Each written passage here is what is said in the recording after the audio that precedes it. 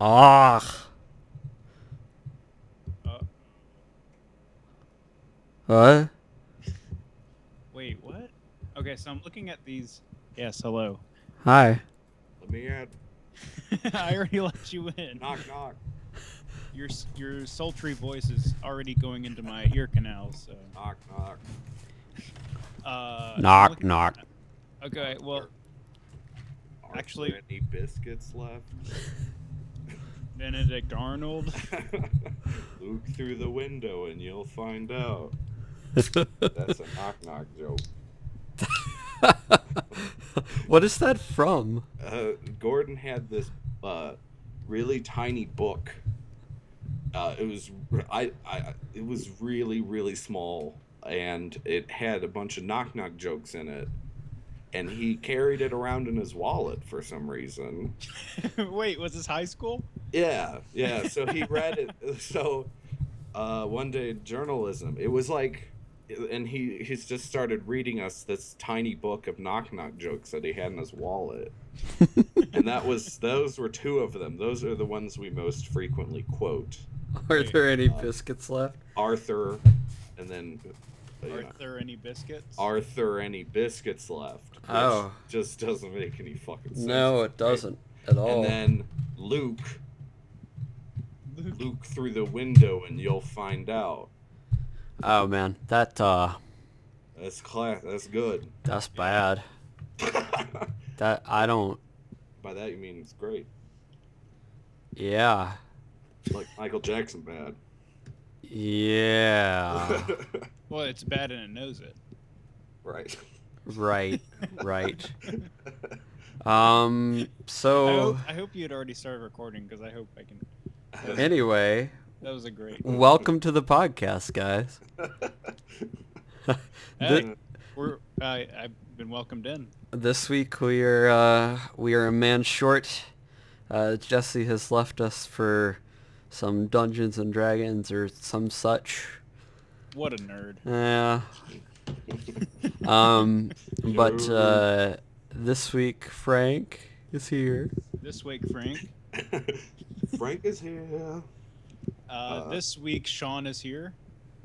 This week, uh, I'm here, and Are you? I am KJ Douglas. I would not have Esquire. believed. Second. So, before we start in earnest, Mm-hmm. Wait, Can Ernest I- is here too? yes, Ernest tapes a podcast. Whoa. Ernest, Uh, like Ernest Warhol? Or whatever. no, like Ernest from the Ernest films. Oh, that's what Yes. I meant. Oh, that's his name. I think. Is it? I don't. If it is, props to you for knowing what Yeah, his I- last name was. Yeah, I got Straight. nothing. Yeah, Ernest P. Worrell. I believe is his full name. Oh. Oh. Random.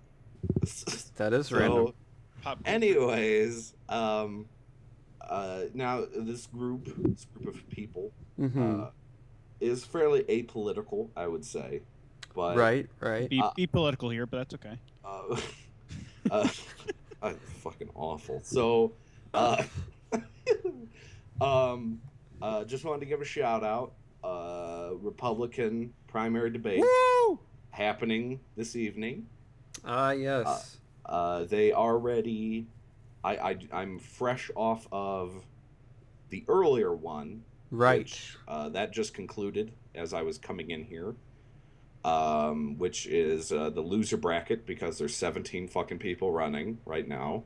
Right, right. So it's just a glorious goat fuck, and So wait, you didn't get to see the rich man himself.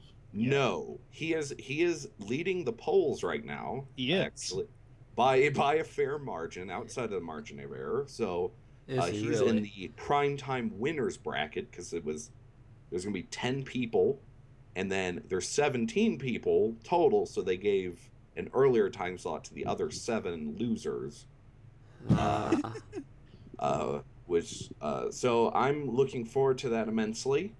It's going to be tons of fun, I can't. Wait. and just It's boat awes- tons of fun. it's also today. This is Jon Stewart's last show. Oh, really? I Yes. didn't realize. I knew that it was soon, and I saw that Arby's had done something or another for him. Right. interestingly enough. But Uh, I did not realize that today was his last day in earnest. in earnest, yeah. Oh, So oh. yeah, it's going to be. I got to have a busy day today. It was move rocks, um, watch loser Republican debate, film, do this podcast, watch Winter uh, Republican debate. winner Republican debate, and then right after that is Jon Stewart slash show. So it's a big day, very Wow. important. Very, Let's very. not talk about any of that. Okay, well, one quick question: do you think Jon Stewart's going to return to racing, or what do you think he's going to do? Probably, Okay, I assume. all right. I think he's going to be retake up the mantle of the Black Green Lantern. Oh, ha, good, good. The I He the was had black. retired for a while. I had forgotten that he was originally that person. Right, he was originally black, and he was the Green Lantern, and Right, then right. he just got into Politics. satirical newscasting, and Right, right, and filmmaking. right, and then anybody else named Jon Stewart, we can make. Well, wait. What One had thing led to another. none of that had to do with his racing career. What? Jon Stewart's racing career. Yeah, what about it? What? Never mind. We're taking it.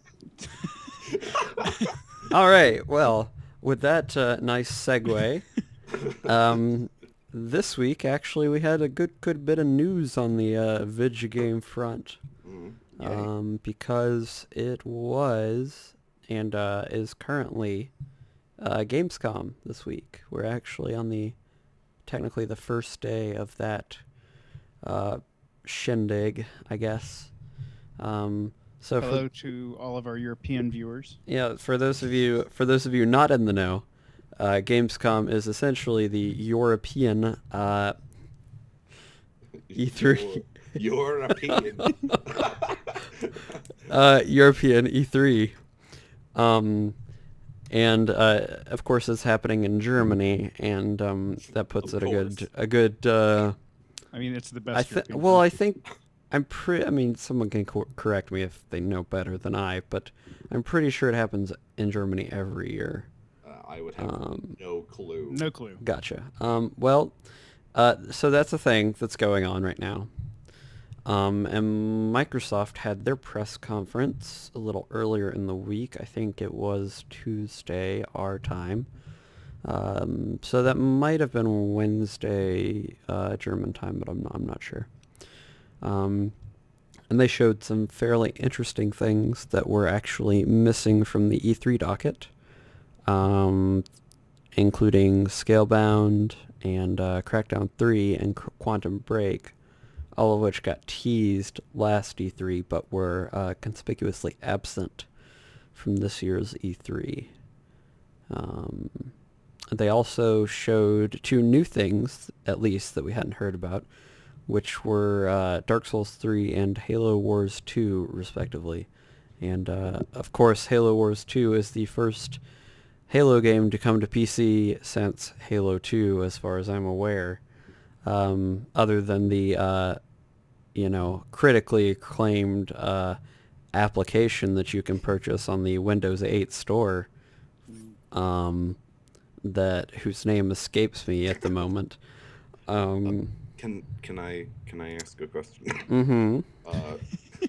So I, as per the usual, as my modus operandi, totally unprepared for this. I didn't look any of this up.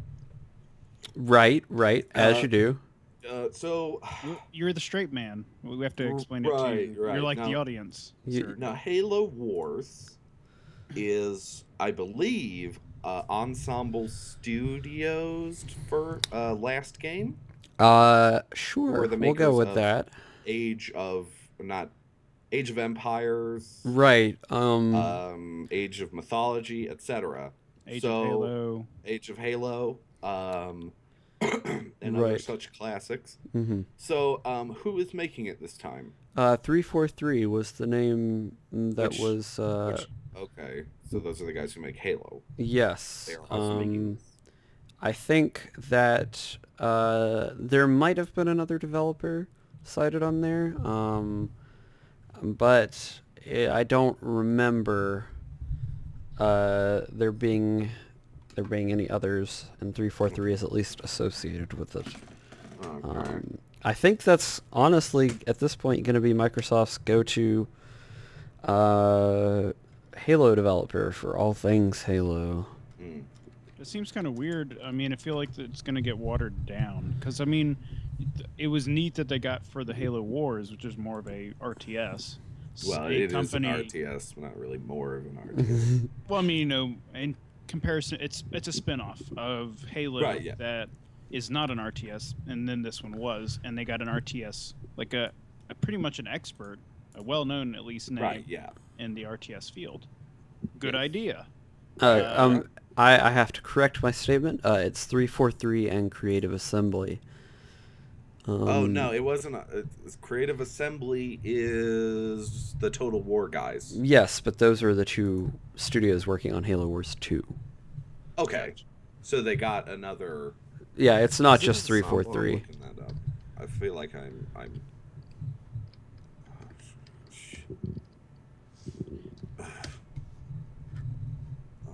Yeah, that's Ensemble. Okay, yeah, I was correct on that one. So, okay, well, yeah, they got another. I mean, I guess, Total War that's an RTS, not in the conventional sense, Yeah, like StarCraft or whatever, but it's. yeah, they could have picked somebody worse, I guess. Oh, sure. I can't really say that I've played Total War. But isn't Alien Isolation the good Alien game? Yeah. Yeah, so they did I've not that played as it, well.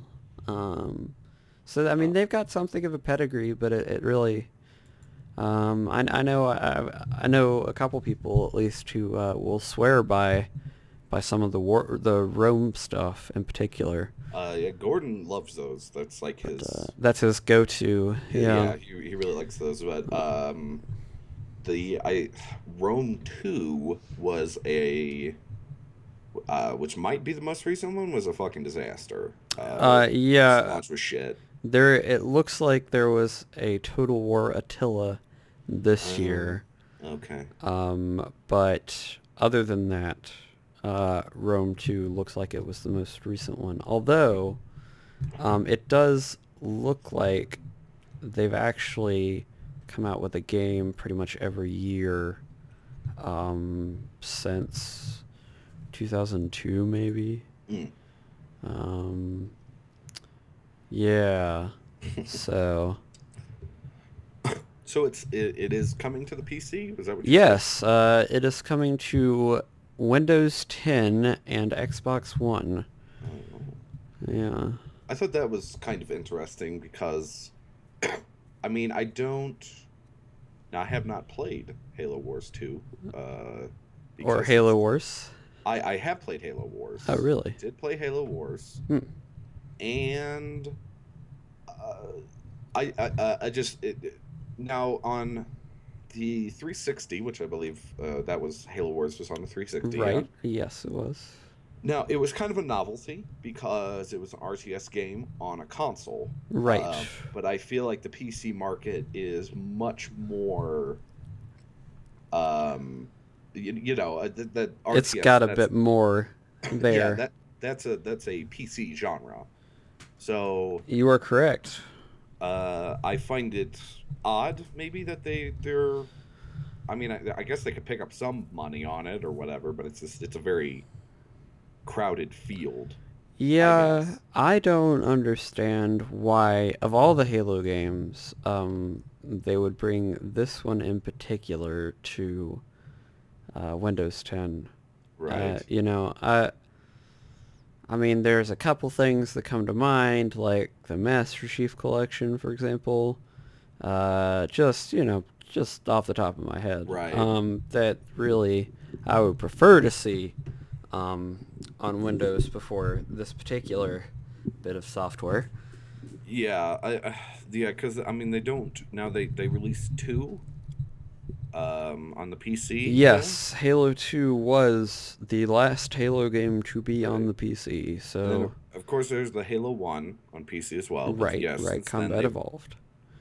Um, And that's other than the aforementioned Windows 8 app, as far as I'm aware, that's the Halo 2 was the last Halo game to see a PC release.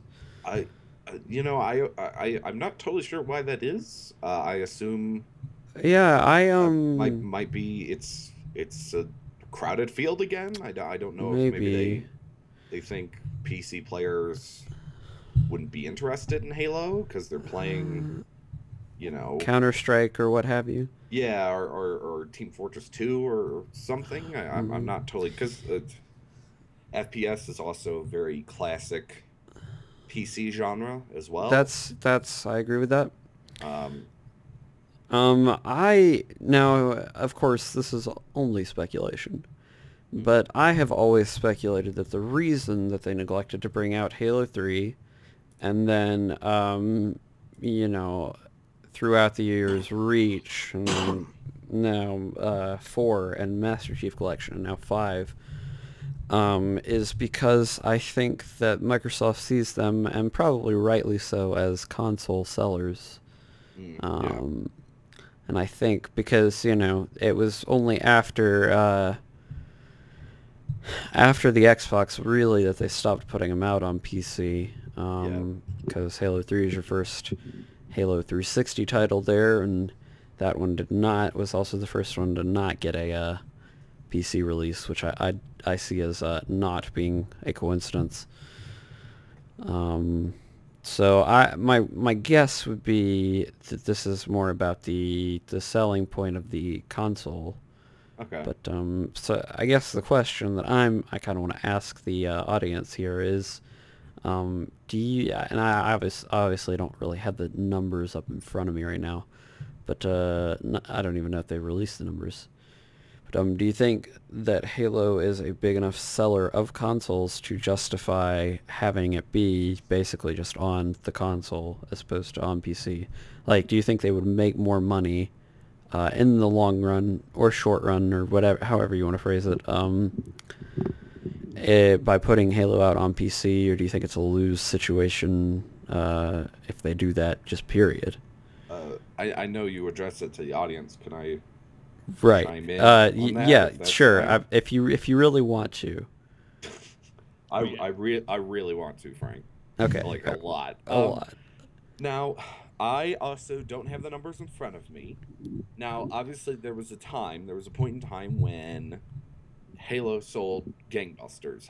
Right. However, I believe now it is basically sort of a popular series in that I think it sells about as much as like a Zelda game does, if Hmm. that makes any sense. Like it has its fan base. It's a large niche at this point. Right, yeah, yeah, that's a good way of putting it where it I mean it does not sell anywhere near like what say a Call of Duty game does. Hmm. Uh which I think like Black Ops sold like 20 million across like a couple different consoles. I think it Right. sells more like six around there.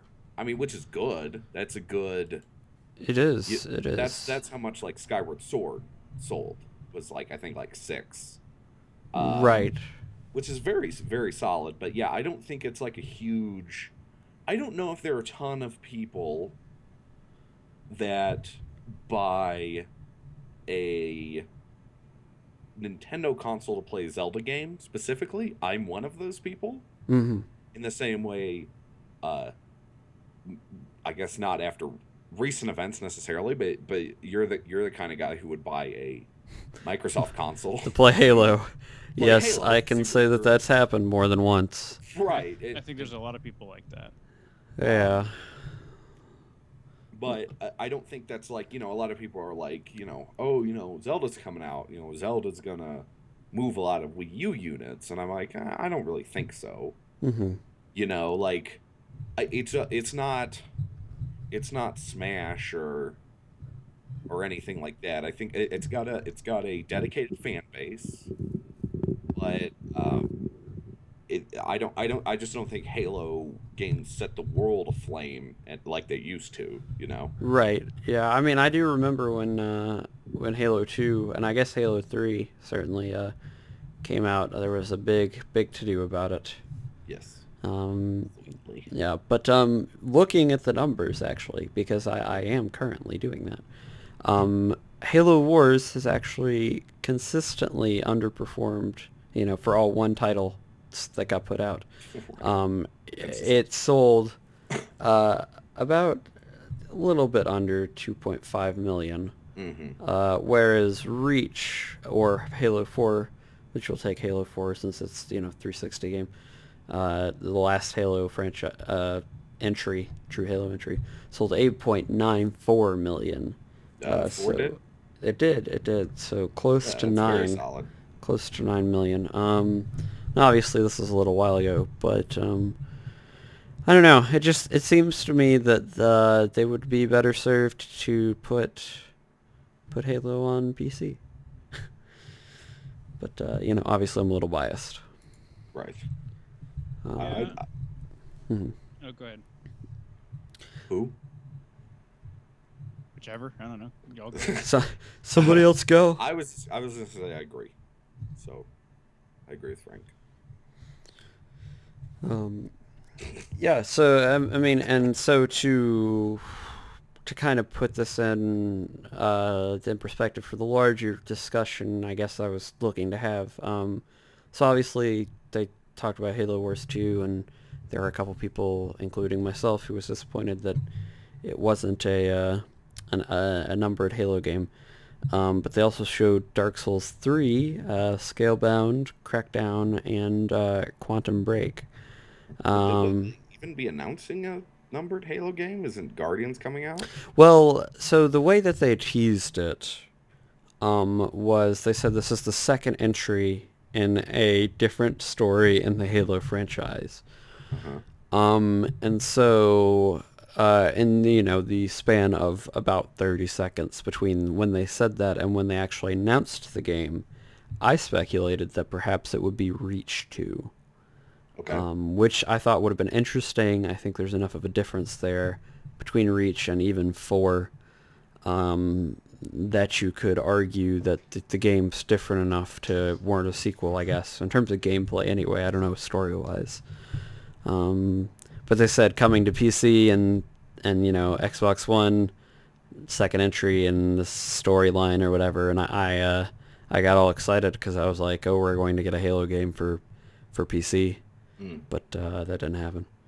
Well, aren't they releasing Gears games on PC now? They are, I think. They talked about that some this week, but I'm not super in the know. That seems like the weirder series to put on both to me. Yeah, I agree with that. I feel like Halo lends itself more to that, seeing as how that's how it started. Yeah. Yeah. I mean, I don't know. Gears. I think the following there is the kind of people who are console gamers, like they'll buy the console for that game. Whereas Halo, like you guys were discussing earlier, has become something more. There's a large amount of people interested in it, but they're still kind of niche. So might as well just put it on a platform because even if you sell consoles with that, it won't be the same numbers as it used to be with old Halos. Well, now I do think, and Amazon seems to be supporting this claim, but I'm pretty sure that Gears 1 was on PC, so there is at least a little bit of a tradition there. But yes, it looks like the Gears Ultimate Edition or whatever is coming to PC, so maybe that will kind of set a precedent for those games to come this way, which would be interesting. But yeah. So I guess the question I wanted to ask here is, some of these looked interesting. I don't know. I assume that at least KJ has not watched these trailers.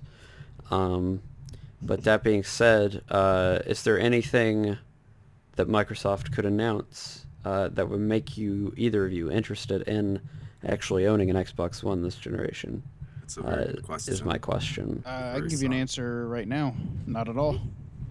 Not even like a new a new IP. I don't know. In that case, I mean, that's an like that's not a thing I can account for, Right, right, because then it'd be like anything in the world could be a new IP. right, and Like, that's kind of what I'm saying. I guess I'm saying is there any point in time in which, Can announced or you otherwise, conceive a of a thing? thing that would make you want to buy an Xbox One? Yeah, not really. Okay. fair enough. It Fair is enough. beyond comprehension. Yeah, I mean, to be totally honest, yes. That's fair enough. Even Yeah, if it was just one, like, or let's just, like, let's say it had like the perfect game ever, that's still just one game. And kind of the problem you had recently, Frank, there would only be that one game on your 360, whereas Sony would have a bunch of other ones that are exclusives, and there's just more volume that's still good quality.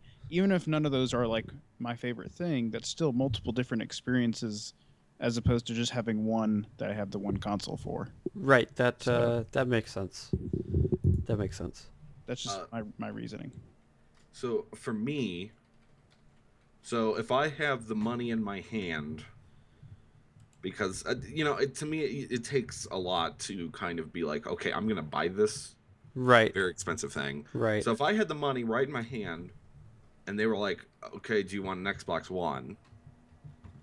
Um, to me, it would have to be none of our games are gonna be on PC anymore, and Rare's not shit. Mm.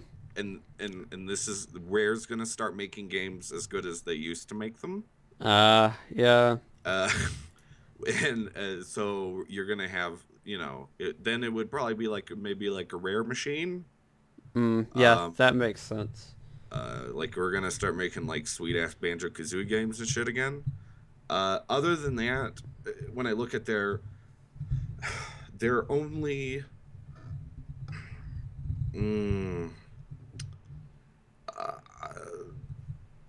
I used to like Fable, but don't not no longer. Right, So right. I'll unfortunately contend that I haven't liked a Fable game since Fable 1. Yeah. I've as I've discussed, I don't think I've ever actually liked a Fable game, despite the fact I played Fable 1 again on the PC and Right, didn't care right. for it, despite loving the game when it first came out. Hmm. Um, so I would say, yeah, no. I can't really. I'm just really put off of console gaming right now. Hmm. I'm getting to the point where I'm not able to see really the purpose. Right, right. Um, now I do like my Wii U, Hmm. but that's got lots of good stuff on it. It does, Uh, and honestly, a lot of the good stuff that's coming out on consoles is coming out on PC too. right? Yeah.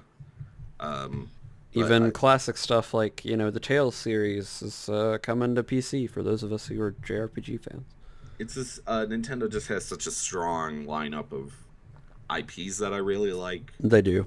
Whereas Microsoft has what, like Halo, Gears. Crackdown, if you're into Yeah, that sort of thing. Crackdown's okay. I didn't like it as much as some people I do. Right, mean, the right. first one was the only good one. I don't think they're gonna really Yeah, I haven't played bring the it back. second one, so I don't have any opinion one way or the other. But I do remember enjoying the first one, so that's kind of Yeah. why I And lumped that guy in. it's just, yeah, the issue, of course, with Microsoft is that it's Microsoft. And Microsoft also makes operating systems. So, Right, right. and I've said this before, and I've argued with people that people have said, we've discussed what was the worst console, GameCube, PlayStation, original Xbox. And I have, on numerous occasions, defended the GameCube Hmm. to the point of, uh, mouth frothing. I've become rabid because I love the GameCube. I've always said that the original Xbox was the worst.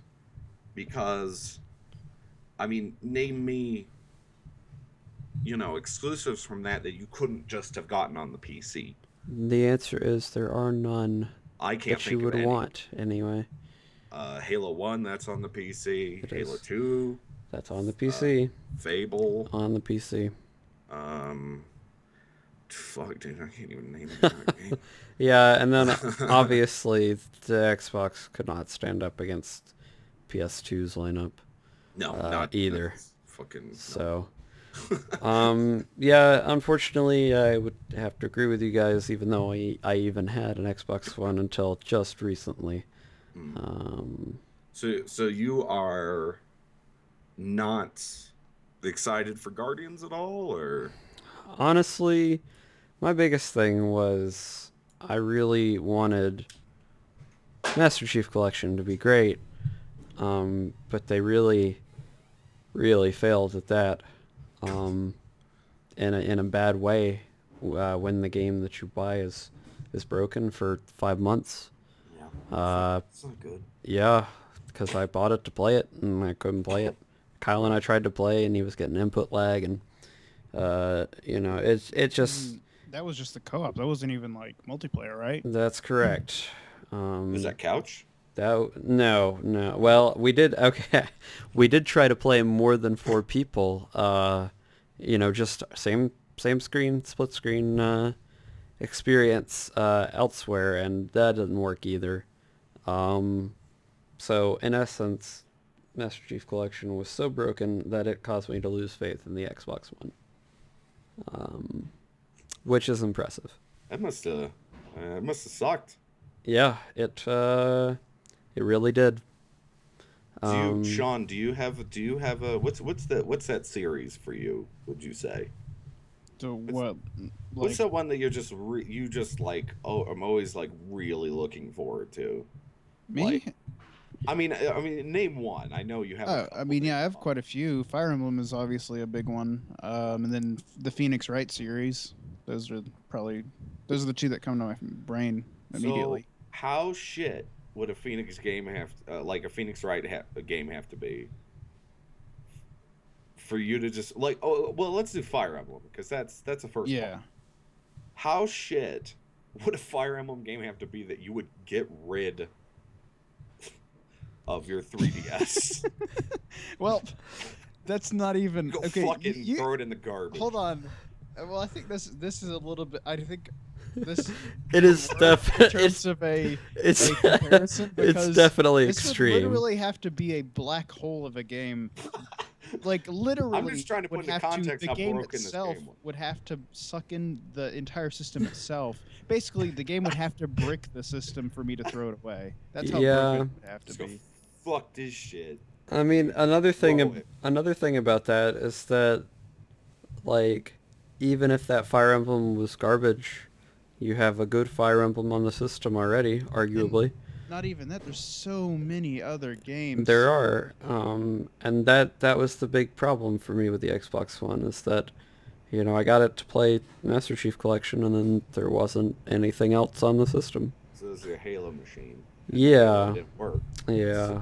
threw that shit right in a fucking dumpster. Mhm. You Because I went mean, outside It's and it threw it in was. the garbage. I feel like if you had kept it, that would have been your third-party machine, like the PS4 will now be. Um, quite possible, but but in a lot of ways, pretty much with most everything that I want from third-party stuff is coming out on the PC. And in all honesty, if I can get it on PC, I'm more likely to get it on PC because it'll have a longer lifetime there, and it'll work for years to come. And I don't know. I'm just partial to PC gaming, but The Spirit Tracks almost made me snap my DS in half. that's pretty bad.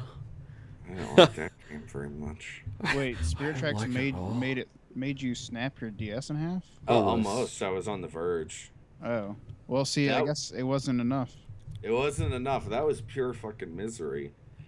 It's great because I'm thinking of I would like to start Master Quest back up soon, Yeah, but like the thought of having to play that fucking game again Yeah. Gives me physical pain. Um, but I guess that won't be for a while. I have to do the Oracle games. Yeah, you have those to look forward to. Right. I That's what I'm really on. Yeah, enjoyed that's those what I'm on right games. now. Um, Those I were got solid games. I got halfway through. What had happened was I got halfway through Ages, and then I had a power outage, and it erased my game. And I said, "How many Ooh. fucking times can this happen?" Jeez. I'm just trying to play some fucking games. It Zelda happened with games. Ocarina of Time like twice, Dang.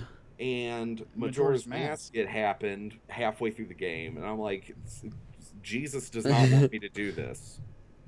This is Yeah, I remember that happening to you. yeah, and Unfortunately. I played through Ocarina of Time like three fucking times because I wanted to do Master Quest, but not the thing, but the actual Ocarina of Time Master Yeah, Quest, and I yeah. had to beat the thing, and I was like, fuck this shit.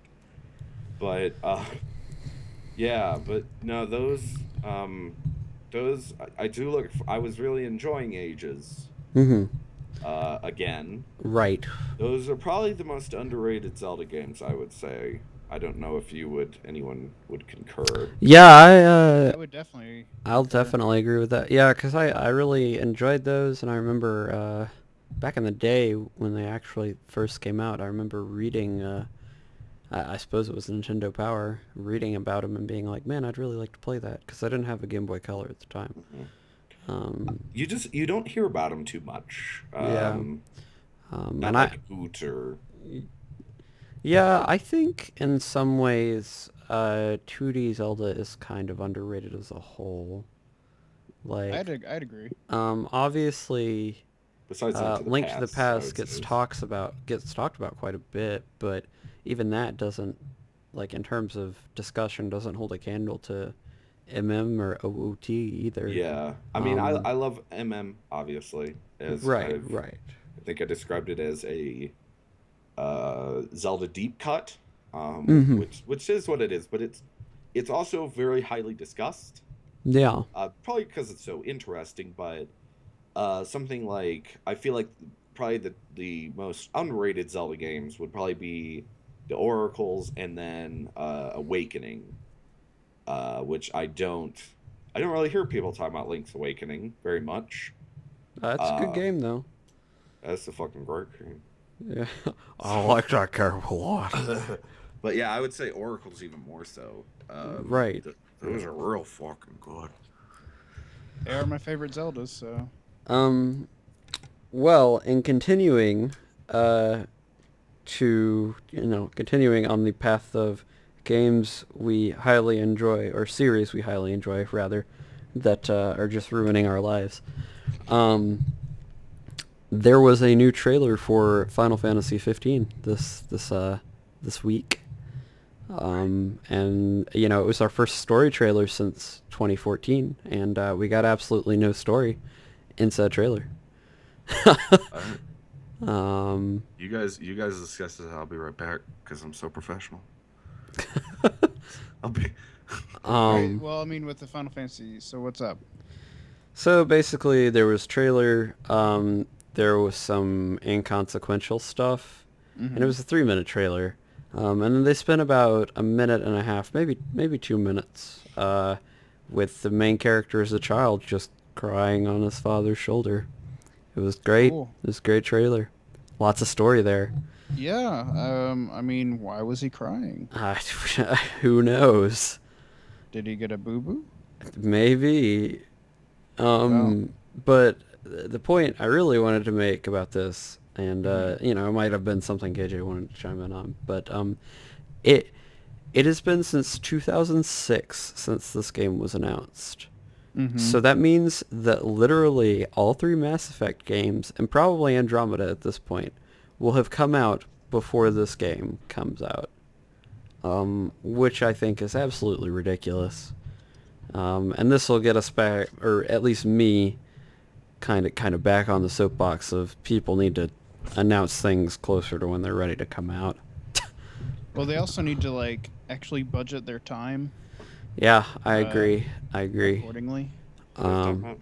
So as I indicated, Sean, You know, this trailer didn't have anything in it.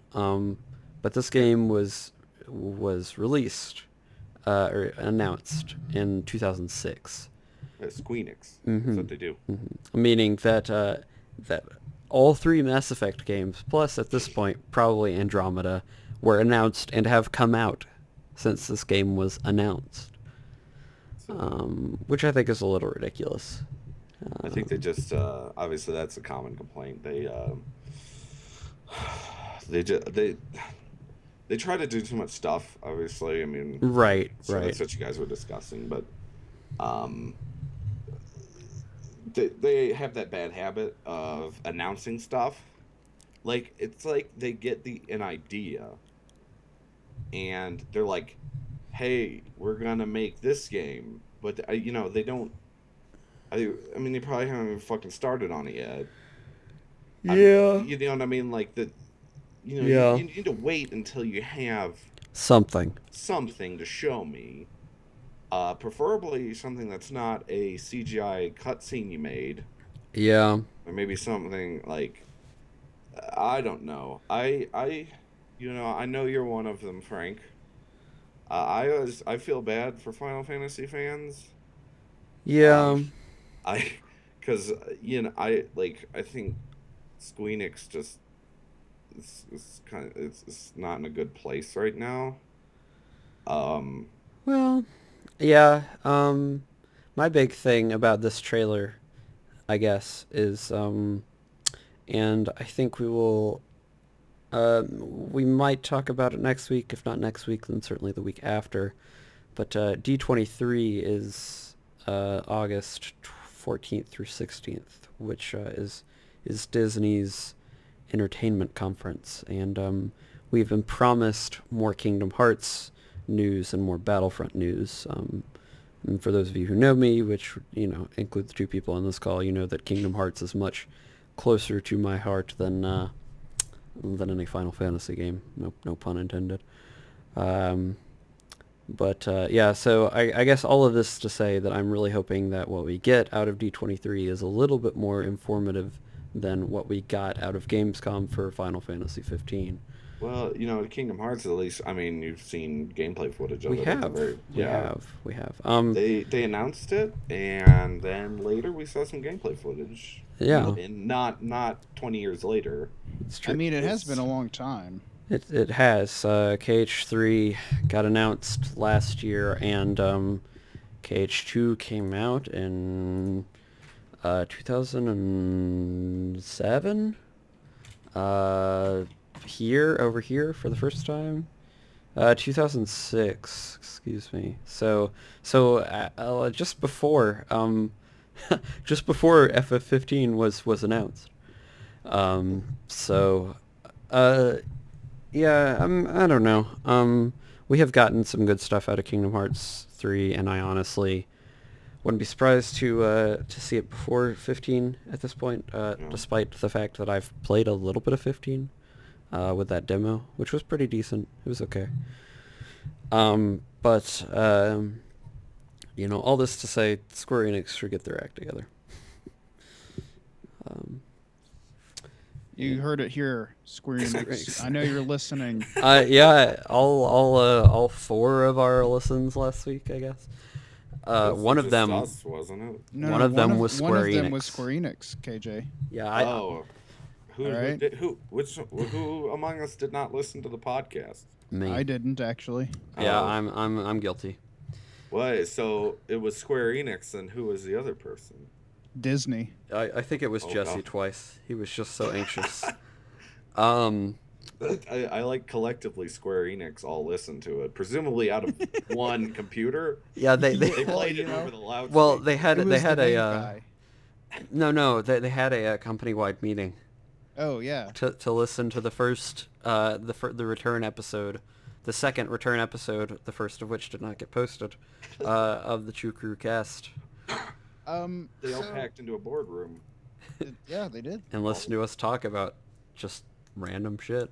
Yeah. It's great.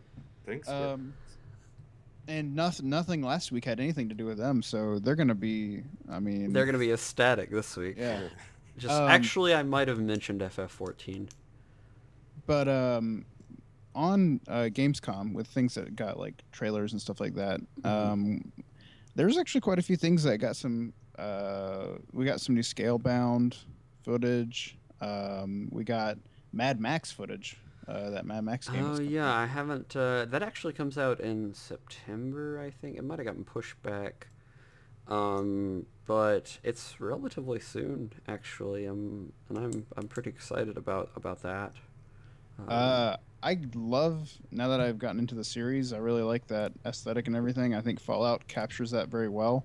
I'm actually kind of I was watching it, the gameplay stuff.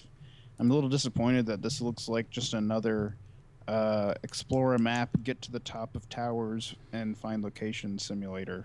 You yeah. mean Ubisoft game? Uh, Yes, it is an Ubisoft simulation. Oh, cool. Not made by Ubisoft or anything, but um, yeah. It's all Ubisoft games are that. It's occurred to me, and I haven't come to this conclusion or whatever by myself, but there seem to be even more and more open world games as of late. So take that as you will, but I think that's kind of interesting. I think that's the only thing AAA really does well. Is open world games? Yeah, from like a critical perspective, Mm-hmm. when they just I guess we should say Western AAA's. sure, Yeah, sure. yeah, yeah. I'll agree with it. I just don't know. It's something like like they don't they don't really do survival horror very much anymore. There's just a lot of genres that they just don't do, Mm-hmm. and I don't know. I feel like the only some of the only Western, as I specify, AAA games I've enjoyed within the last couple years have probably been open world things. I don't think they do great linear games, I would say, Mm-hmm. at least anymore. Um, I'm trying to think of one. Uh, can anyone think of one? Triple A that I have enjoyed that It's not an open world game. yeah I honestly haven't played a AAA game in quite a while. nah, nothing's really coming to mind. So obviously there's not been anything. You Because I feel like most of their linear games kind of devolve into, hey, watch this, what like walk down this very linear corridor and watch this cool set piece I animated. mm, Um, like, I guess shooters like the storyline of shooting, FPS games are almost always linear. yeah, but I feel like they're also very much like, hey, look at this, like, it's something like I really don't like to harp on Call of Duty or whatever, but you play a Call of Duty campaign and you're kind of like, why am I here? Like, what am I contributing to mm-hmm. anything? Because it's like it seems like about 80% of the shit that happens Is out of your control. is out of my control. It's like, walk over here, shoot this dude. Press the button to blow this building up, and I don't feel like I'm actively contributing to anything. The game wants me to go to very specific points and do very specific things, Mm-hmm. um, and that to me is a lot of linear Western AAA games. Is just I'm essentially an actor in a film. Mm. Go Right. hit your mark, say your shit, do the shit. It's very scripted, and I don't I the if I want to go watch a movie, I'd go watch a movie. you Right. know Right. like that's not what the strength of video games as a art form is. Mm-hmm. I would say, and I don't know what were we talking about. Well, about how AAA's don't do anything different besides from like open worlds. And I think it's because Uh, you can't like the problem with making a linear game that isn't Call of Duty, movie-esque and not making a game that's open is that you run the risk of making a game that's too short that to be worth $60. And I think that's one of the things is that AAA's have found that people don't like to buy AAA games that are short. A la, what is it? Order yeah, Mm-hmm. I or was actually going to bring up Order 1886 as a very good example of sort of a Current atmosphere yeah, AAA like a game. shitty go here, do this kind of AAA game, and I think that's a good point, Sean. Is that because uh, that's just indie territory now. Anybody that makes a game that's linear, which isn't all about ooh look at this and more about actual story, they don't charge as much for it because AAA's I guess find that they can't charge as much for that experience. I think they Mm. want to give you. I think they want to infer kind of value in their products, and Yeah. so it's not going to be very often that you see a kind of a linear constructed experience that doesn't either have an open world element or a multiplayer element, because that's what people put a lot of time into. Yes. Mm-hmm. So they don't want to. They don't just want to make a 7 or 8 hour linear game because like, who's going to pay $60 for that? So Yeah.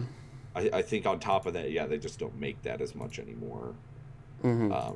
But as we were discussing, I mean, Ubisoft games are starting to become this homogenous kind of gray sludge shit where they are all extremely similar. But not Right. even Ubisoft, but like a lot of the games that got announced or not announced, but more information about Scalebound or at whatever Gamescom. Scalebound has open world elements. Mad Max open world. Crackdown. Um, Crackdown open world. You just look at everything. It's just an interesting thing. Like a thing to note because yeah, I guess people like you said, people want to put more hours into their games, but I guess so. I don't know. I guess Well, it's uh, it's just to me, it's not necessarily that. Oh, it's all open world, or oh, they keep grafting multiplayer elements onto these games that don't need them, or whatever. But I just feel like um, kind of Western AAA keep making the same 2 or 3 games over and over and over again.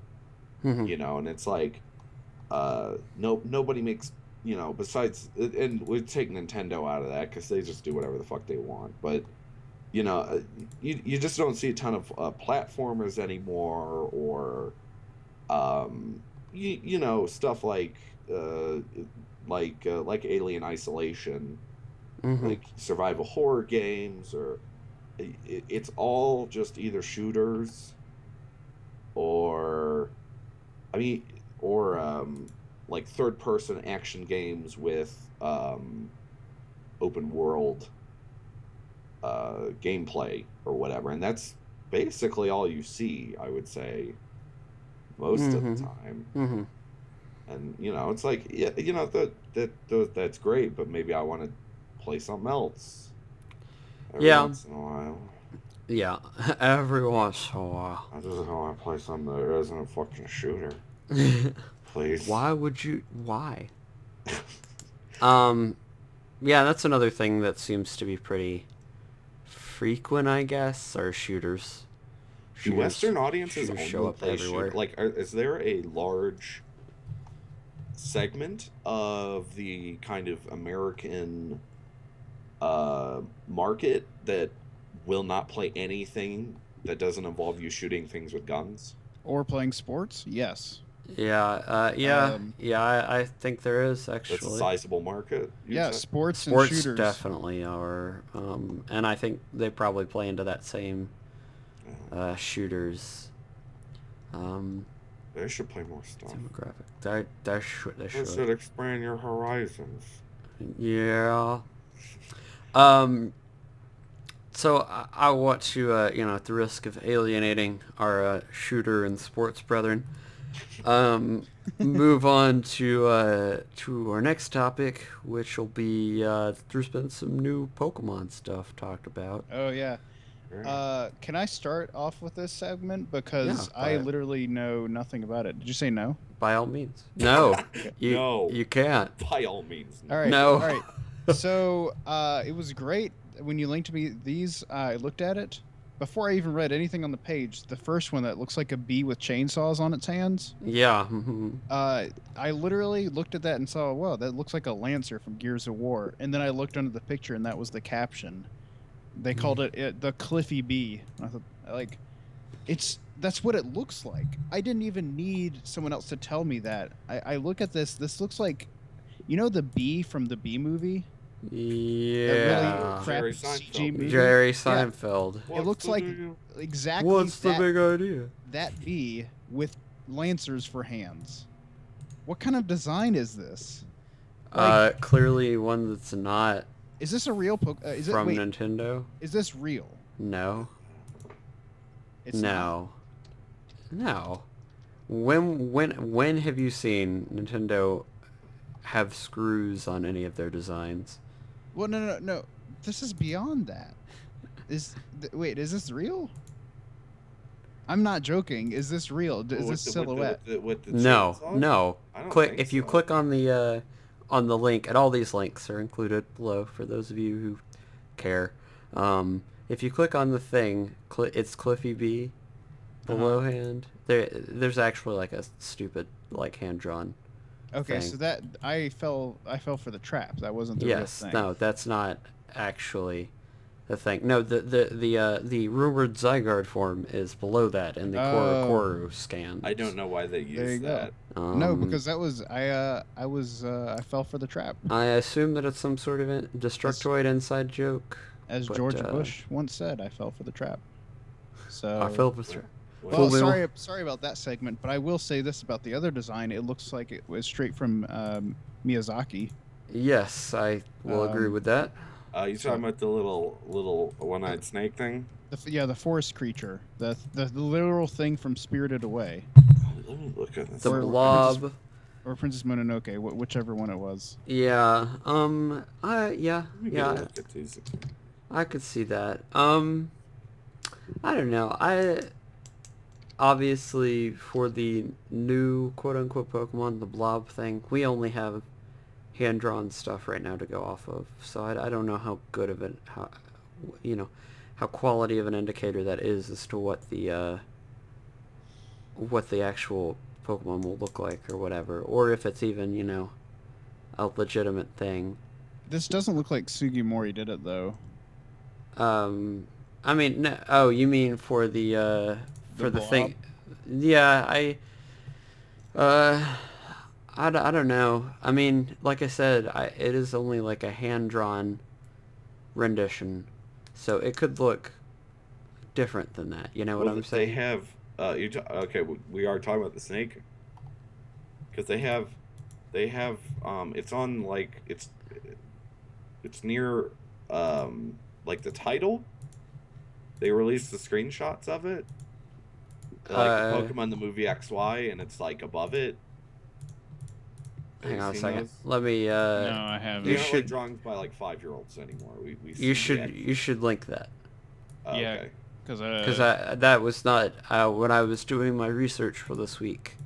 I had only been to Destructoid. I'll just link it here in the chat. That works, and I'll put it in the There you go. deck. Thanks. Oh. okay. You see that? Oh. All right. That could be Sugimori art.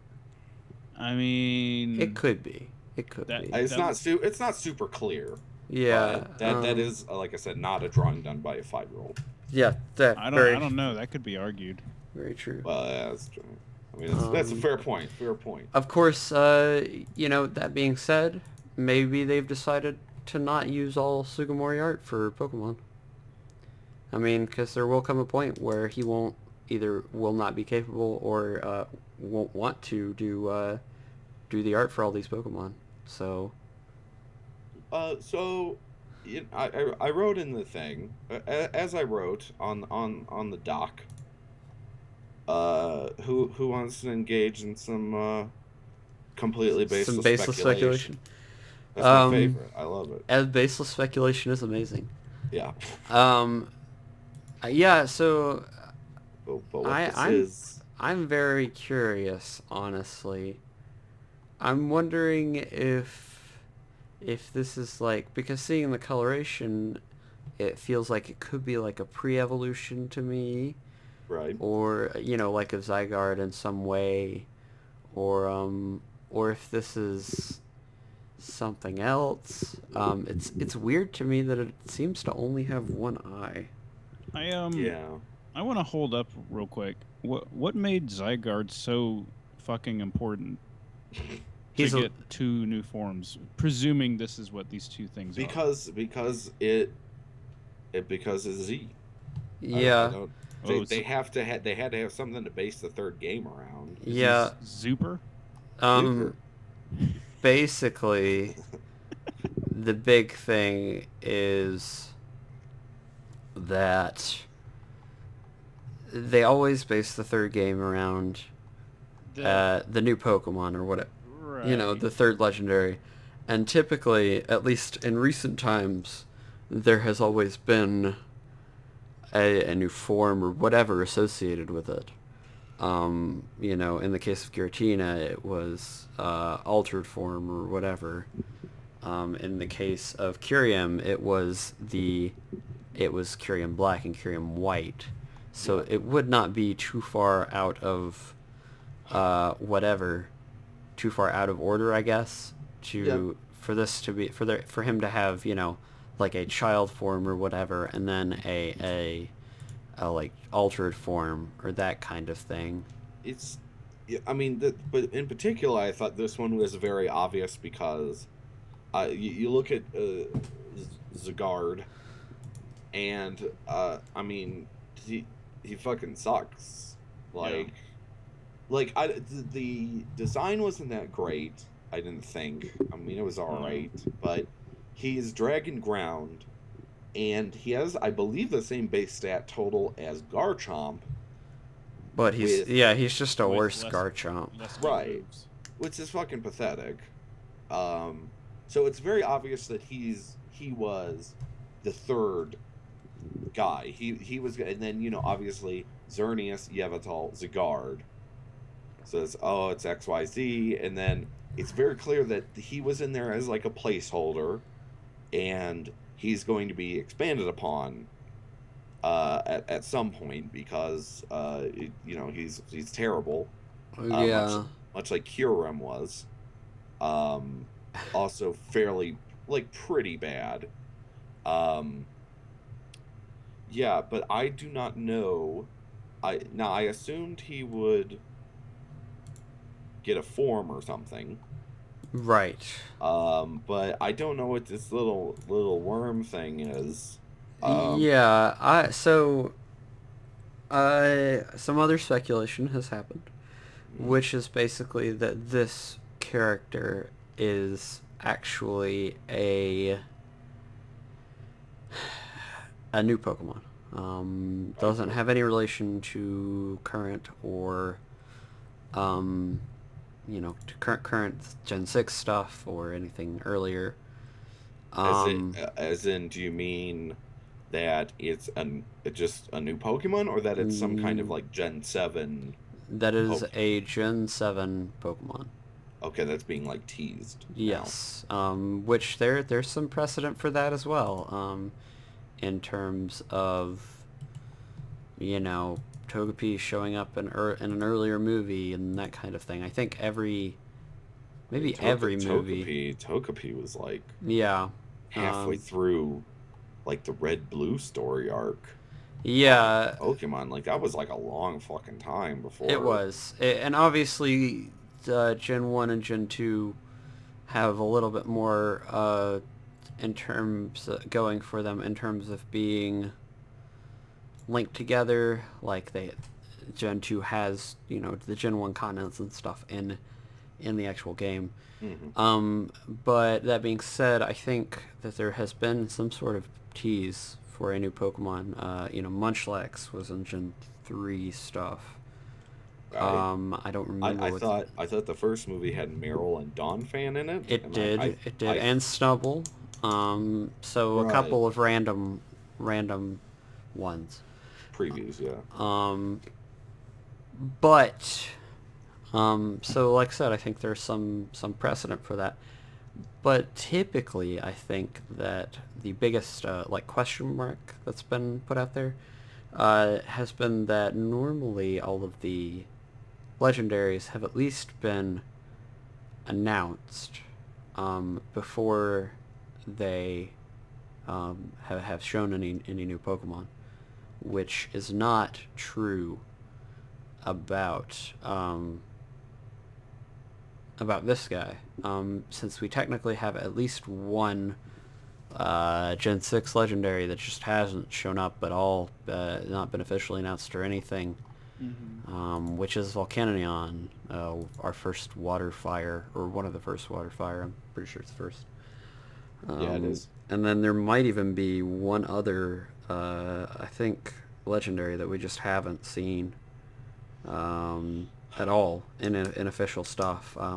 Despite the fact that there's been some setup for at least Volcanion in X and Y, there was a little bit of kind of foreshadowing, nothing outright said. Now, now, have we gotten our like Mew for XY? So I think the Mew equivalent for XY is Hoopa. I will check Does it very have quickly. the stats? The 600, or the 600 base. Yeah, all of its stats are the same. I am not certain.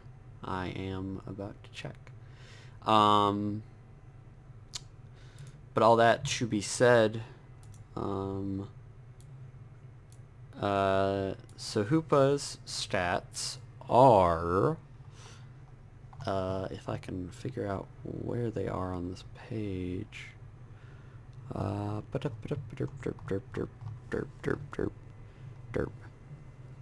Stats are 80, 110, 60, 150, 130, 70. So it's got a total of 600 base.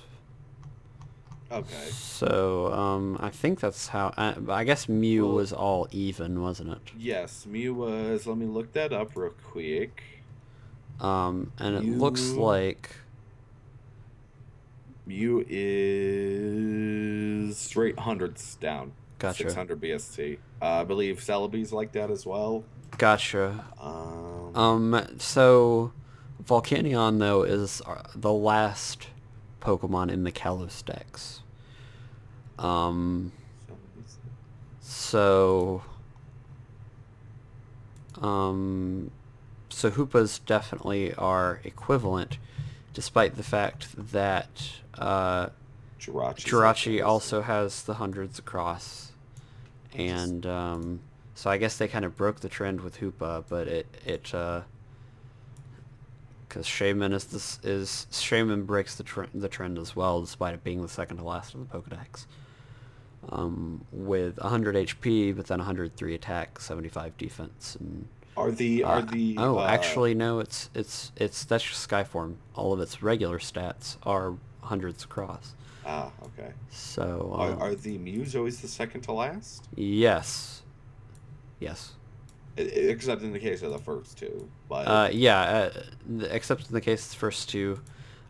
With Hoenn, you start getting the super powerful Pokemon at the end or whatever, with Deoxys and then Arceus, and then Genesect in Gen uh, 5. Miluetta does not follow that. It's not follow that formula. Yeah. Yeah. So I think they broke that trend with Gen 5. Okay. Um, I don't know. Hoopa just doesn't feel like that to me. I don't know. It's just well, to me, Hoopa feels that way in design. okay. In terms of, it's got that kind of cute, I guess, design. Obviously, it's not quite as like cute as the previous 5 have been. But that being said, I think that Hoopa is indeed our 6th. I think that because of all the data mining and such that was done at the beginning of the gen or whatever, that we're not likely to get any Pokemon outside of the previously data mined stuff until Gen 7, or potentially a 6.5. But given that we haven't seen Volcanon yet, and he's got a unique typing, and pretty high stats. I would say that Volcanon is probably the Gensect of the era. Generation. Yeah. Gotcha. Well, I'm looking at it. He's only got 600. He does. Gensect also is in possession of base 600 total. And Arceus, I think, may break that trend with 720. But he's also the god Pokemon. But Deoxys is also base 600. Yeah, base 600. Too. All of which have 600. Really? Yeah, so Arceus is the only one that kind of breaks that trend, except for maybe Mewtwo. Mewtwo's like 7, I thought. Yeah, Mewtwo is ridiculous. 780 for Mega. Jesus Christ. Yeah, 680 for base. 680 for base. Yeah, so even just going off of the stats, like I think it's safe to, in this case anyway, kind of disregard the stats and say that yes, Volcanion is our Gensect or Arceus. I'm sure that was just a fascinating segment where you and I just read off Pokemon stats, base stat totals at each other. Hey, It's people great. should know what they're here for by now. Episode 2. If we're not going into crazy semantics about Pokemon, it's not a Chew Crew Let's podcast. jump them in. Didn't we already do that? Did we do that in the first one? We might have. We might I can't have. imagine us talking for more than 20 minutes without Mentioning Pokemon. Getting like deep into the shit with Pokemon, like going down. That's a fair assumption. I think we just get deep into shit normally. Yeah, that's probably also a fair I'll be good plumbers. fair assumption. It's a good one. Yeah, so kind of summarize that, I guess. I would say that my guess would be that this was a new Pokemon, and my hope would be that they might actually introduce 1 or 2 anyway. Gen 7 Pokemon in 6.5 whenever that happens. Just because I always feel like it's a little strange for Pokemon games to be as self-contained as they are, just in terms of what you run into in the wild, especially when you have the remakes where you run into stuff that is outside of the generation, that you can just run into in the wild. So I think it would be kind of cool to have even just 1 or 2 kind of the lesser Pokemon that you could just run into in the wild in 6.5. I feel like it would kind of make the universe a little bit more cohesive. It would be nice. It would be nice if some of these kind of I don't know if people are familiar with Pokemon as we are. So if I can just say that, generally speaking, it is a new gen, both versions. Then it's a remake of an older game. Then you get the third game. And the third game is like a kind of a sequel, I guess. What would you even call the third one? Yeah, so typically, well, in the case of the most recent games, which would be Black and White, before this, the games were a sequel, but typically the third game is kind of an expanded version of the first game. So it's basically got the same plot, a couple differences, but in essence it's the same thing, but with some improved mechanics and some added other things. Yeah, so it certainly kind of puts a cap on the generation. Like that's the final. It's the definitive version Yeah, of the it makes you games feel in a like an lot of asshole ways. for buying one of the previous ones. Yes. Um, it's basically like Pokemon Game of the Year edition, with basically some new added content. But Yeah, uh, and you can typically, if there are any version exclusives, you can typically catch all of those in the one game, yeah, which version exclusives have been a thing for a long time. So, uh, I would personally like to see maybe a little bit more justification for those their existence.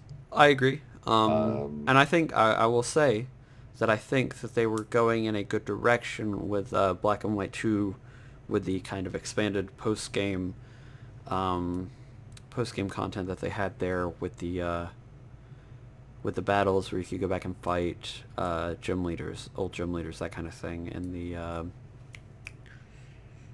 whatever it was, Coliseum thing at the end of Black and White 2. And there were a bunch of events and that kind of thing. But I will say that despite the fact that you could catch so many legendaries in Alpha and Omega, Ruby and Sapphire, respectively, that it would be nice to have a little bit more post-game content in terms of other than just Battle Maison. Maison. Maison? Wow, Maison. They've never really beat Emerald, have they? In terms No, of because post-game content. that's what I was disappointed in actually with Oros. Was Emerald had the whole Battle Frontier. They did. And then they just threw fucking Maison. Yeah, and it's I mean, and the worst part is that it's teased. That, you know, they know that we were interested in it. Mm-hmm. You know, that kind of thing. Well, Heart Gold Soul Silver had the not the Maison, but the Frontier in it, didn't they? Yes, it did. But And then, it is safe to say that those games, well, maybe not safe to say. For those of you who don't know, I would say that those games were probably the most comprehensive version of any Pokemon game that we've ever gotten, just in terms of content. Because you have both continents there, and you have a dearth of post-game content because you get all the content from all the post-game from Crystal, and all that jazz. So was, say what it you will was, about that. and then Black Suit White Suit, they had like the Pokemon tournament. Yep. Yeah, it's just like, yeah, I mean, there probably will be more competitive content in Z, presumably because Right. there'll be new megas. Theoretically. Yeah, Theoretically. so that's something else I kind of wanted to get your guys' opinion on. Is do you think there will be new forms more, other than just the? Do you think there'll be new megas, I guess, in Z? Because there's not really been a precedent for that so far. We haven't had megas before this generation. You know, what do you guys think? I feel like them including megas in the remakes is a strong indication that there will be new megas in Z. Well, that could be true, but I will also say that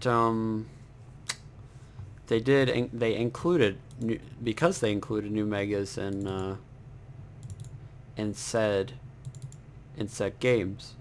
Maybe they've included all the new megas we're gonna get until next, the next set of games, kind of to play devil's advocate. No, it's possible. Something else I guess I wanted to ask while we're on the topic is, do you think that the Mega Evolution will continue to be a thing outside of Gen 6? I feel like they're probably going to stick with their guns on this in terms of, like, they've put so much work into it. I don't know. It hasn't been, like, it's not received, like, oh, everybody hates it sort of attention. I know a lot of people were kind of didn't like it at the beginning, but people kind of, I guess, warmed up to it since. Right. I feel like they're probably going to continue with it. at least for another generation. Mm-hmm. I feel like it'd be weird to have that as a one-off thing for one specific generation, but you never know. Yeah. Well, I mean, obviously I, it's a little more self-contained, but you do have the manipulators for Curium in Black and White 2, and a couple other random things that haven't. I mean, I guess that's the only thing I can think of really. you can get The the items. fusers in Oras. Oh, can you? I did not Yes, realize. I have those. I knew that they weren't really a thing in X and Y, so that's why I had. Yeah. I forget how you get them, but you can get them if you have uh, Curim and you can talk to someone or something. They always have kind of like in Zagard's cave. They had like the I think you could get the Giratina orb in there Yeah. potentially, Yeah. but you can get like the Giratina orb. They usually include some kind of weird way to get like the form items. Mm-hmm. The Landorus, Thunderous, whatever. Like there's in Right. Yeah. Mawwell, they Mm-hmm. have those mirrors and whatever. So even if say they have a Gen 7 and it's not in there at first, uh, they'll probably include it at the very least, add it in and on a later, maybe in the remake or Mm-hmm. whatever. I Right. can't Right. imagine them removing it at this point. And I think that it is kind of an easy way to add content to a remake or whatever. Mm-hmm. Because they don't have to design a new Pokemon from scratch. Right. Right.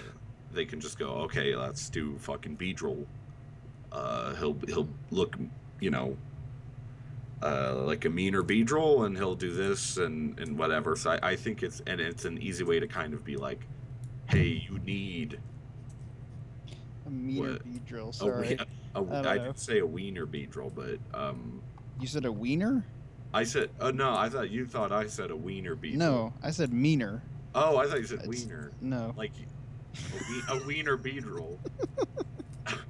So it looks like a wiener Beedrill. And A meaner wiener bee drill. a meaner wiener. It's a meaner wiener Beedrill. Oh, boy. And that's the mega of the mega, which looks like the bee with saws on his hands. Right. It's the Right. wiener with It's wiener. real. It's real. Beedrill wiener form. Yeah.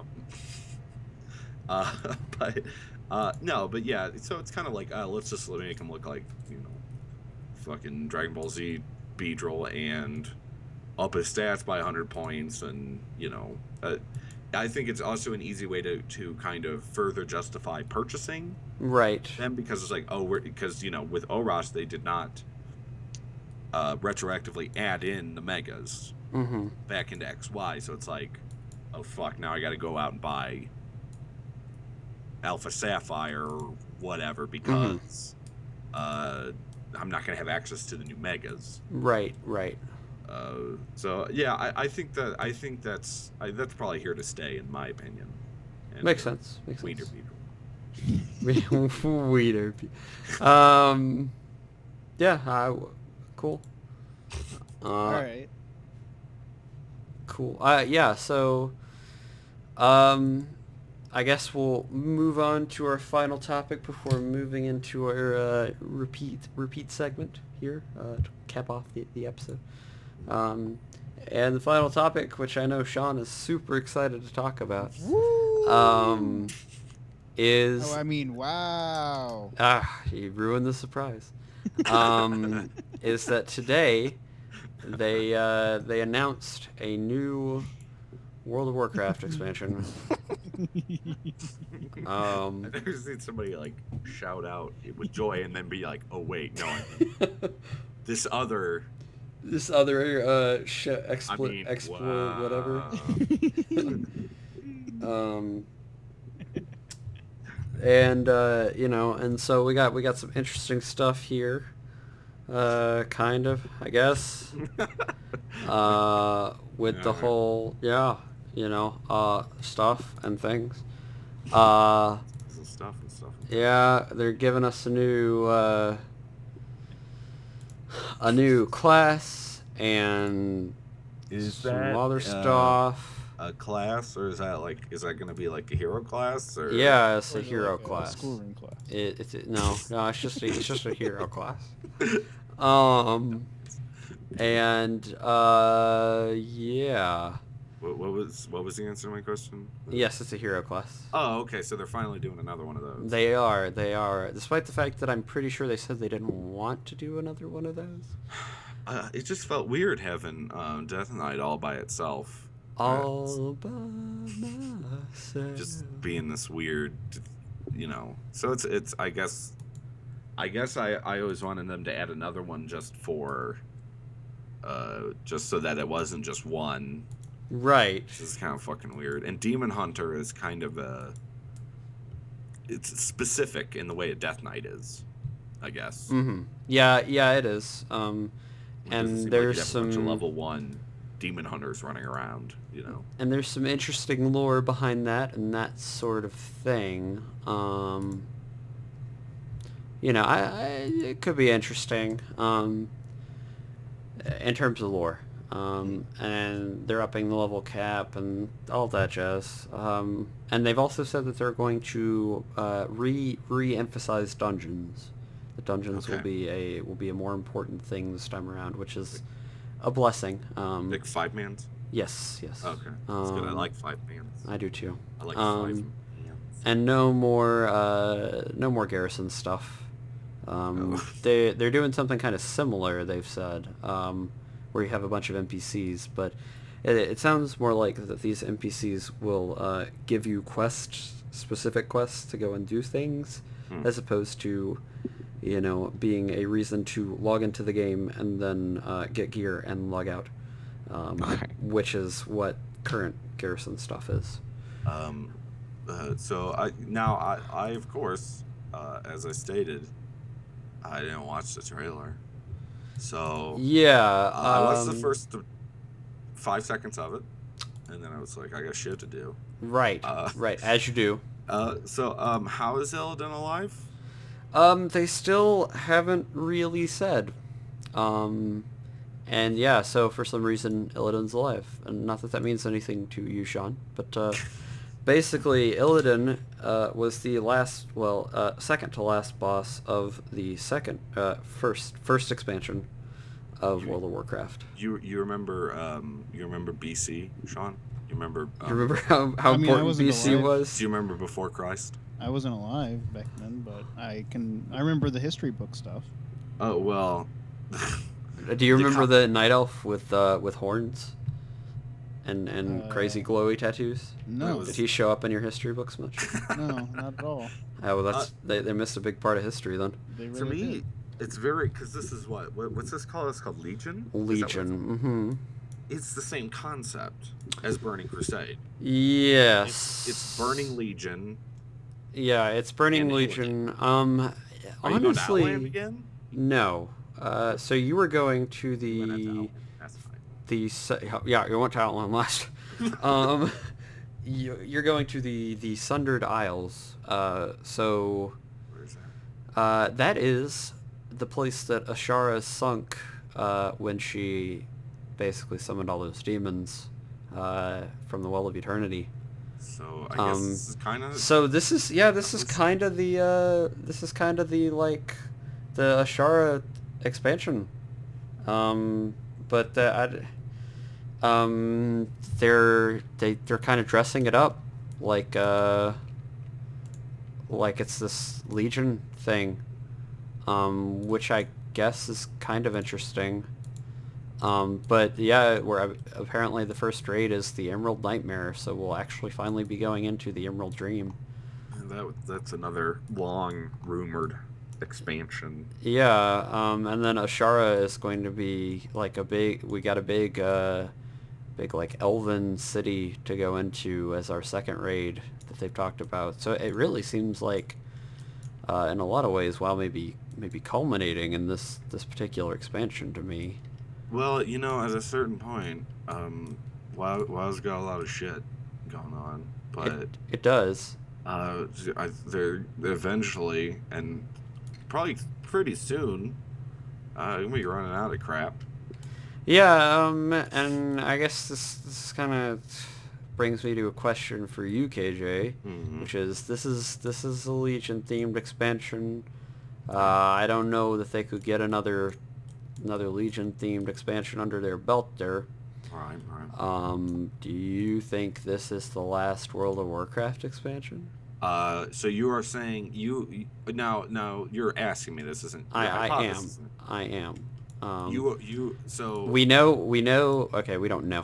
you It don't has think long been speculated that Sargeras this will is be the the last. Sargeras expansion? It's well, okay. It's been long speculated that Sargeras will be our last boss of the game, That makes sense. This is like which makes sense because bad. he is the end all be all. And they talked a lot about Titans in their presentation today, and um, so yeah, I could see this being the last expansion if they wanted to do that.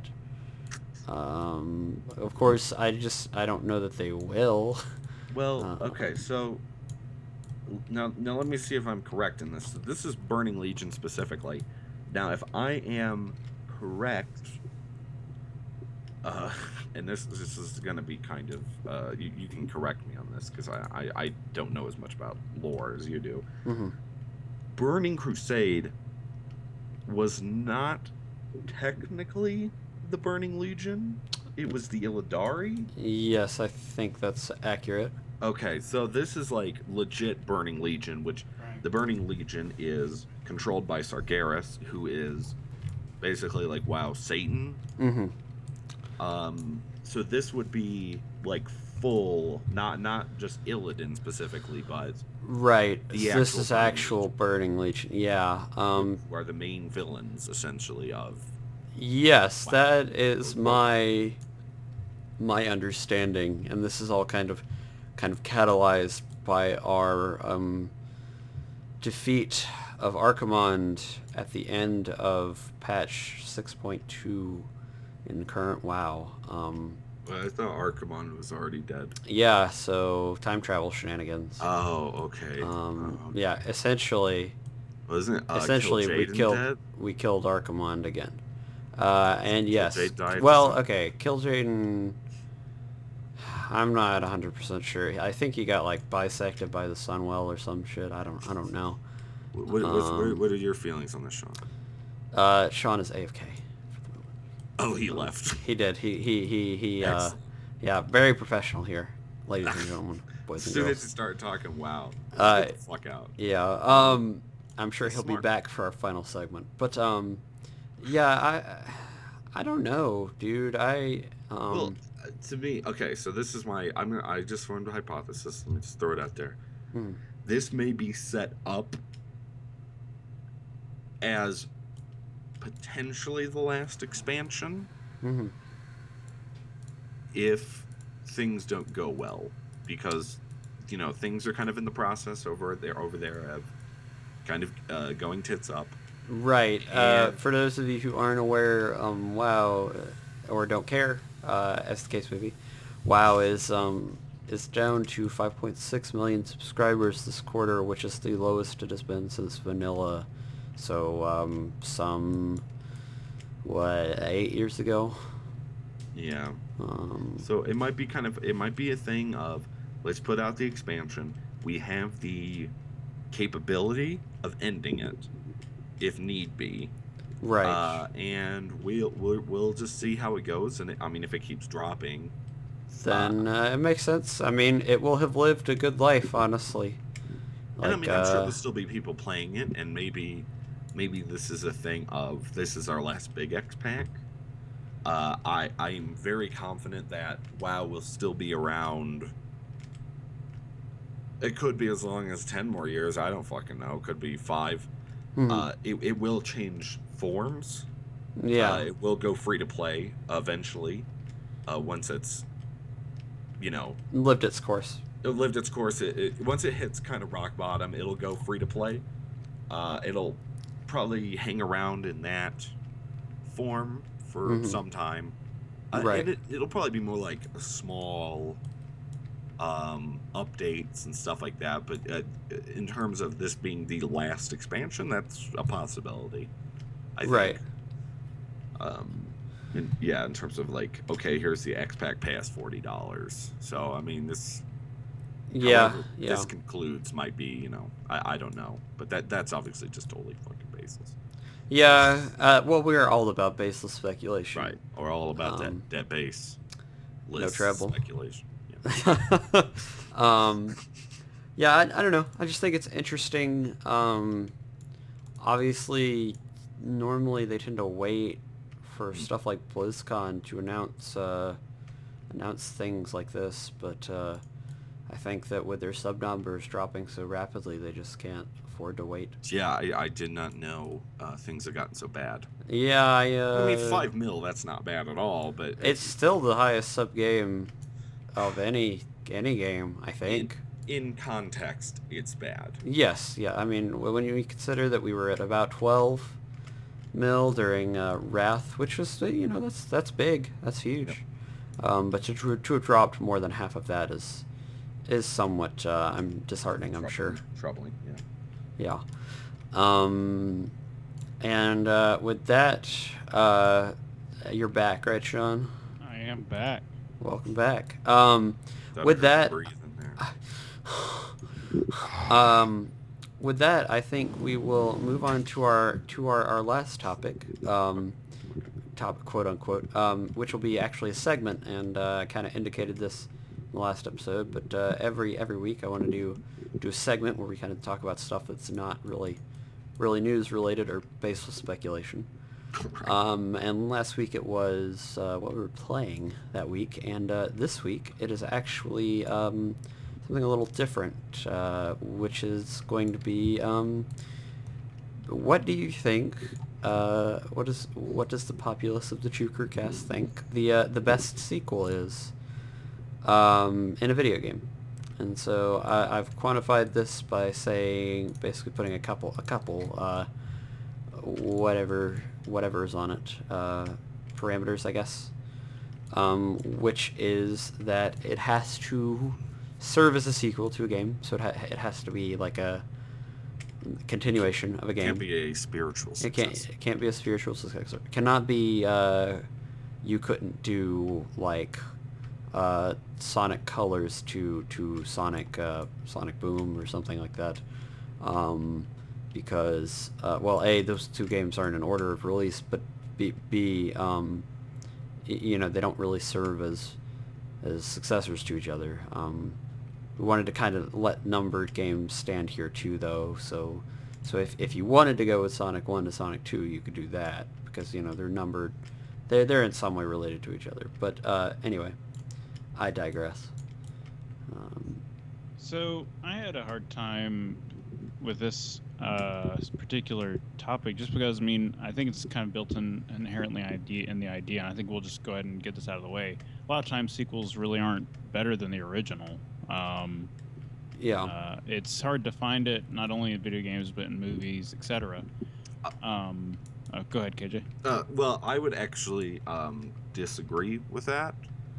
I found it hard because I find video games to consistently have a lot stronger sequels than films do because of improving technology and sort of refinement and addition of mechanics and stuff like that. True, but it's hard to find some that are like far and above better than the original, despite having those upgrades. Yeah. But all that to say, and I think this kind of counts, and this may have been yours, Frank, and apologies if I'm going to take it, but so they're, in the Pokemon days, we all grew up with Red and Blue, and then it goes to Gold and Silver, and I'm sure at least at some point you would have mentioned that, Frank. Yeah. Your pick. So I'll let you talk more about that. That was my first thought as well. If you are we are all talking about the same thing. Are we Yeah, talking about gold and silver? yeah. Yeah. Yeah, From that red, was blue my to gold, first thought. silver.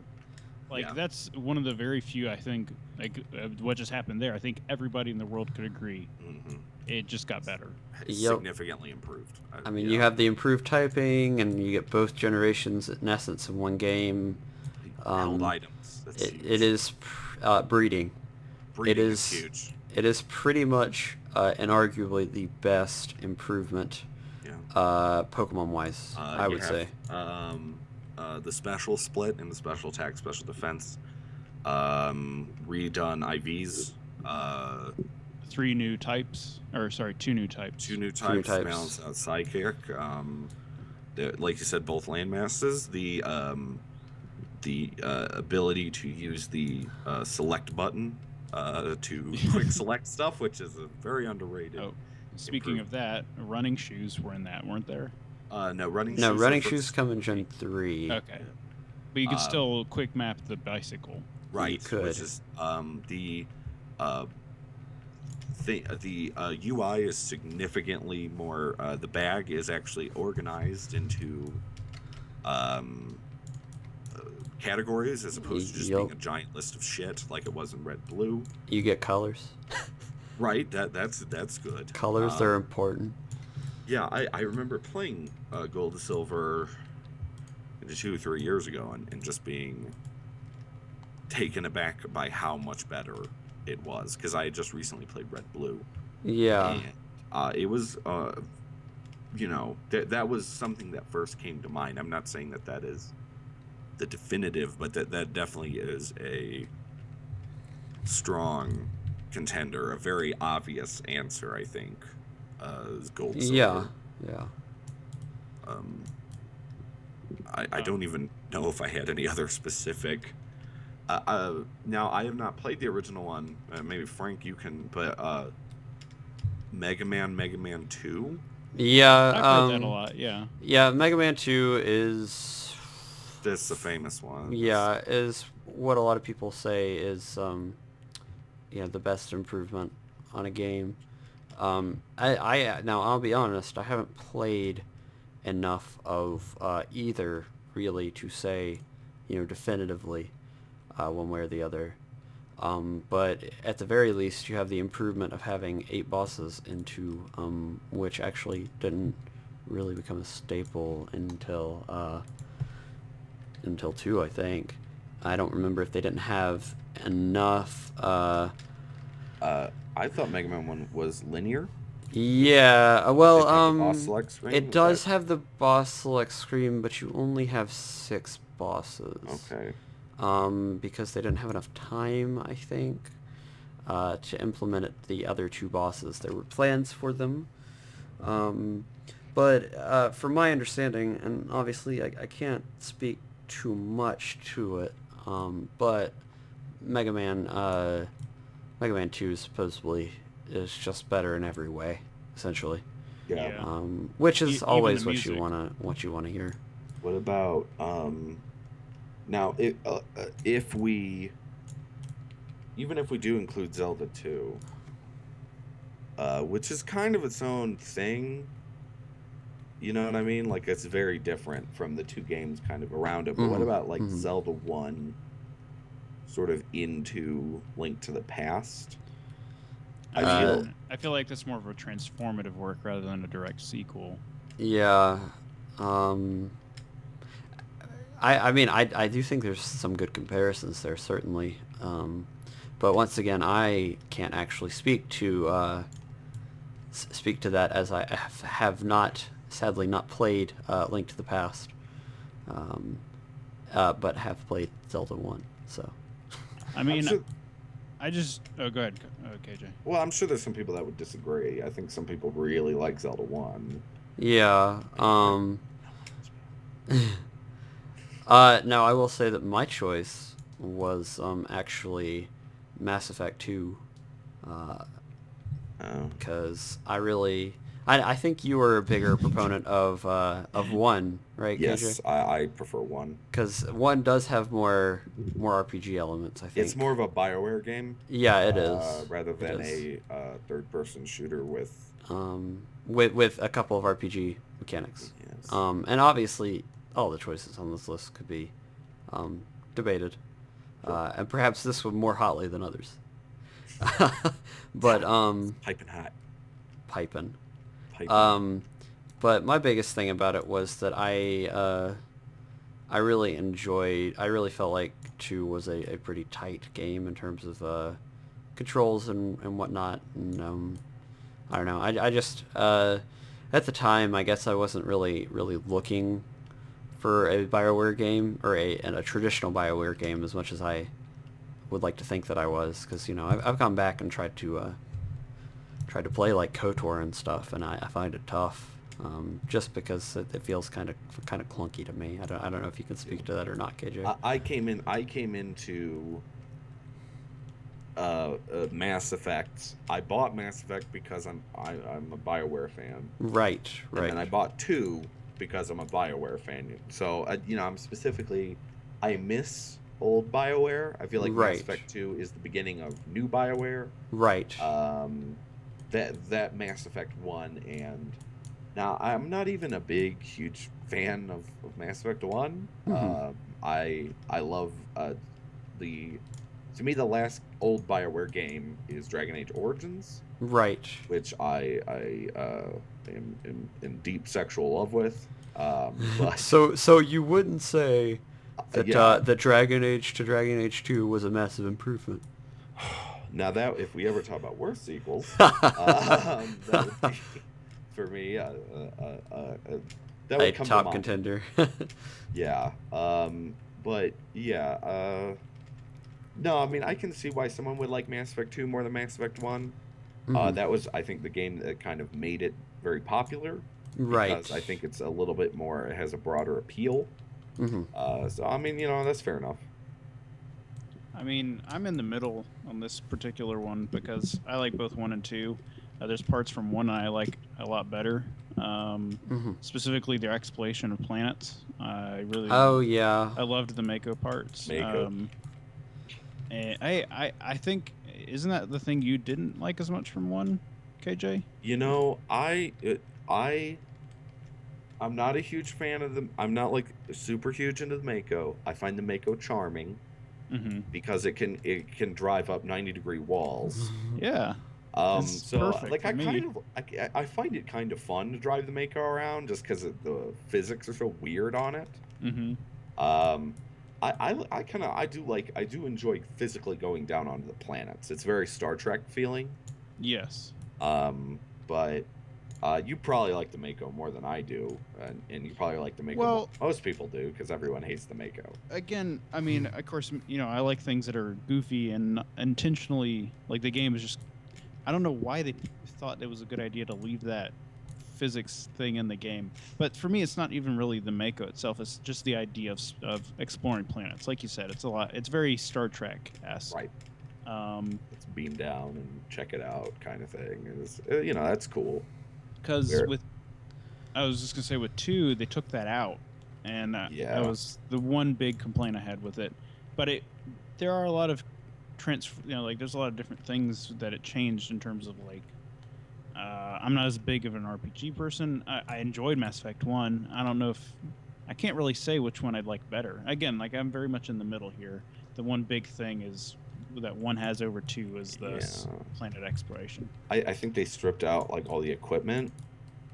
So in the first one, you would go and you'd buy a new gun.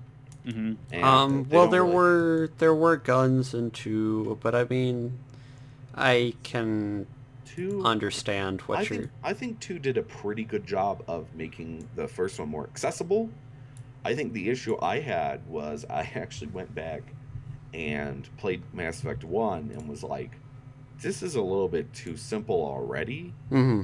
And then they needed it to be more accessible because now it's just a fucking shooter where I get to pick my own dialogue and I only have 2 dialogue options. Yeah, Yeah. that's true. So you might as well just have asked me to pick one of two characters at the And beginning. on a side tangent, I am a little worried about that kind of happening with Fallout 4 maybe.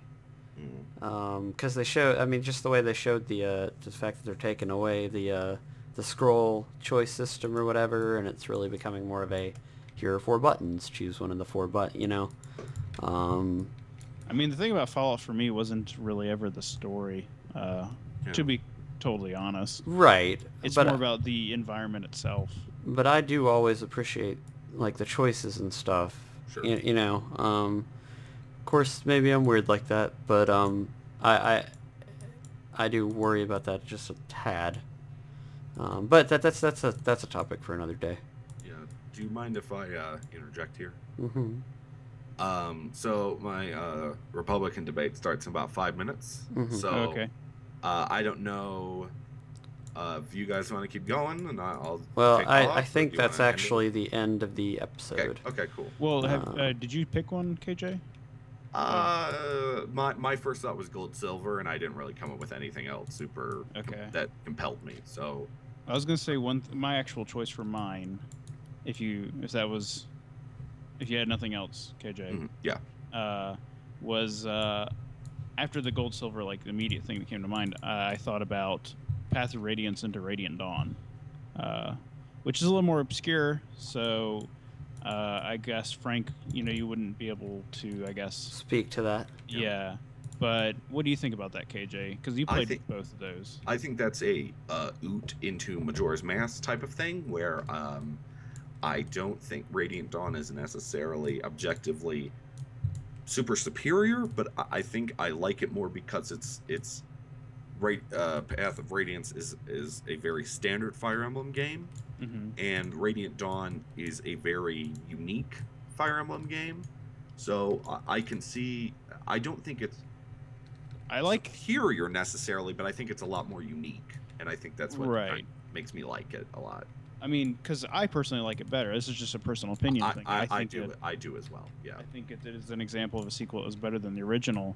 Mhm. Like you said, it's very unique for a lot of different reasons, but also like one of the main things I was going to say is it's the first ever Fire Emblem that just took it to a whole nother level in terms of literally there's 3 class changes in that. We've never had that ever before, and it introduced new like super classes for every single class, which will probably never ever be used in any Fire Emblem game ever again. But those were really cool. It was really cool to have to play through an entire game. You could transfer your people from the previous game, but also like go through and build someone up because that game is so long. All the way. I thought its narrative was very That too. large scale for a Fire Emblem game as well, Very because they were able to they switched perspectives, Mhm. and so we're able to kind of tell this very large story from a couple different angles, and that kind of made it is a very good sequel in that it basically takes Path of Radiance and kind of expands on it significantly. Mm-hmm. So that I agree with you on that aspect. It takes a lot of chances, and for me personally, got a lot of things right. So I wanted to bring that up before we ended it. That was my choice. All right. Cool. Good choice. Good choice. All right. Well, I think that will wrap up this 2-hour, give or take, long episode of the Chew Crew cast. Yeah, it's a So podcastaganza, man. So there you I go. guess so. And hopefully next week we will both have both Jesse back and Oh, maybe yes. something a little extra for you guys, but we will see about that. So yeah, I guess we will talk to you guys later. All right. Everybody, enjoy the Republican debate.